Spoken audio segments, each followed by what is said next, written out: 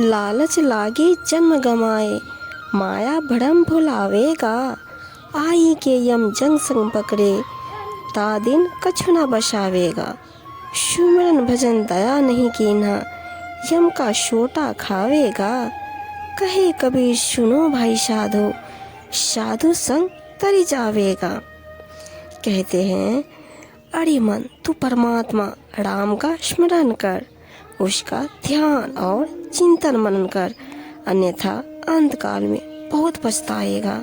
तुझे सांसारिक विषय भोगों का लालच लगा है, जिससे तू व्यर्थ में जन्म गंवाते हुए मिथ्या माया भ्रम में पड़कर स्वयं को और परमात्मा राम को भूलता जाएगा। समय बीत जाने पर जब मृत्यु पास आकर तुझे पकड़ेगी, तब कुछ नहीं कर पाएगा। यदि तूने परमात्मा राम का सुमिरन भजन एवं जीव दया नहीं किया, तो मृत्यु देव की शूटे की भारी मार खाएगा। कबीर साहब जी कहते हैं कि हे भाई साधु सुनो, संत के संग राम का सुमिरन भजन करके जीव भवसागर तर जाएगा। या दुनिया दो रोज की, मत कर या सो हेत, गुरु चरण चित लाइए, जो पूरन सुख देत। कबीर साहब जी कहते हैं, यह दुनिया 2 दिन की है, इससे मोह के नाते रिश्ते मत बनाओ, क्योंकि ये सब बिछड़ जाएंगे।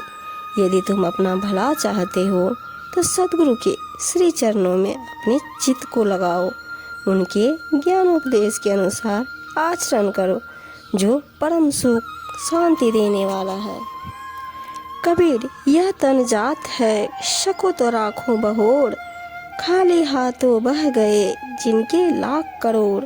कबीर जी कहते हैं कि यह शरीर क्षण क्षण में बीता जा रहा है, सावधान हो जाओ और इसके रहते जीवन कल्याण का उपाय कर लो। इस संसार में जिनके पास लाखों करोड़ों की संपत्ति थी, वह भी यहाँ से मृत्यु के प्रभाव में खाली हाथ बह गए। कबीर, तहाँ न जाइए जहाँ कुल को हेत, साधु पनो जाने नहीं, नाम बाप को लेत। कबीर जी कहते हैं कि वहाँ पर मत जाओ जहाँ अपने पूर्व के कुल परिवार का संबंध हो, क्योंकि वहाँ के लोग आपकी साधुता और मान मर्यादा को नहीं जान सकते। वह अपने संबंधियों के अनुसार ही पिता का नाम लेकर पुकारेंगे तथा वैसा ही व्यवहार करेंगे।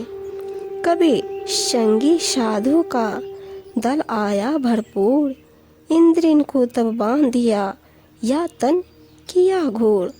कबीर जी कहते हैं कि संतों के साथी अर्थात उनके सद्गुण सत्य, दया, क्षमा, समता, त्याग, विवेक तथा वैराग आदि का समूह जब हृदय में आया, तो संतों ने सब इंद्रियों को अपने वश में करके शरीर की व्याधियों को समाप्त कर दिया, अर्थात तन मन को वश में कर लिया।